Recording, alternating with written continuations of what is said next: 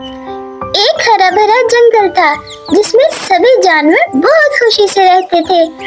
उस जंगल में एक बड़ा सा दरख्त था। उस दरख्त पर रहती थी एक छोटी सी प्यारी सी बातूनी चुन चुन चिड़िया। वो सारा दिन चुन चुन चुन चुन करती थी। उसी दरख्त के नीचे रहती थी एक गुड़मुड़ गुलहरी, मोटी सी, गोल सी और बहुत ही भोली भाली। कभी कभी तो वो खुद ही लड़क कर गिर जाती। एक सुबह चुन चुन चिड़िया ने देखा गुड़मुड़ गुलहरी अपनी दुम पकड़े रोए जा रही है। चिड़िया जल्दी से नीचे आई और बोली, अरे गुड़मुड़, क्या हुआ? गुड़मुड़ रोते हुए बोली, चिड़िया, किसी ने मेरी सारी मूंगफलियां छुपा दी है। चिड़िया ने हैरान होकर कहा, ओहो, मगर क्यों? गुलहरी ने सर नीचे किया और आहिस्ता से बोली, मैंने कल खरगोश की सारी गाजरें छुपा दी थी, शायद उसी ने बदला ले लिया।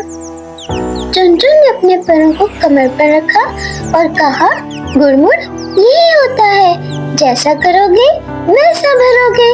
गुलहरी फौरन भागी, खरगोश के पास गई और बोली, ये लो तुम्हारी गाजर, और मेरी मूंगफलियां कहाँ हैं? खरगोश हंसा और बोला, मैंने तुम्हें सबक सिखाने के लिए छुपाई थी, लेकिन मैं नाराज नहीं हूँ, आइंदा किसी की भी चीज मत छुपाना। और उसने मूंगफलियां वापस कर दी। गुड़मुड़ ने खुशी से अपनी दुम हिलाई और बोली, चिड़िया ठीक कह रही थी, अगर मैं किसी की चीज छुपाऊंगी तो मेरी भी छुप जाएगी।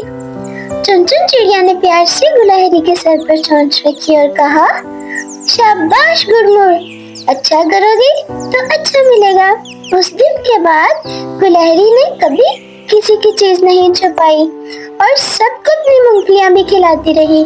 चुन चुन खुश होकर गाना गाती, चुन चुन चुन चुन चुन चुन।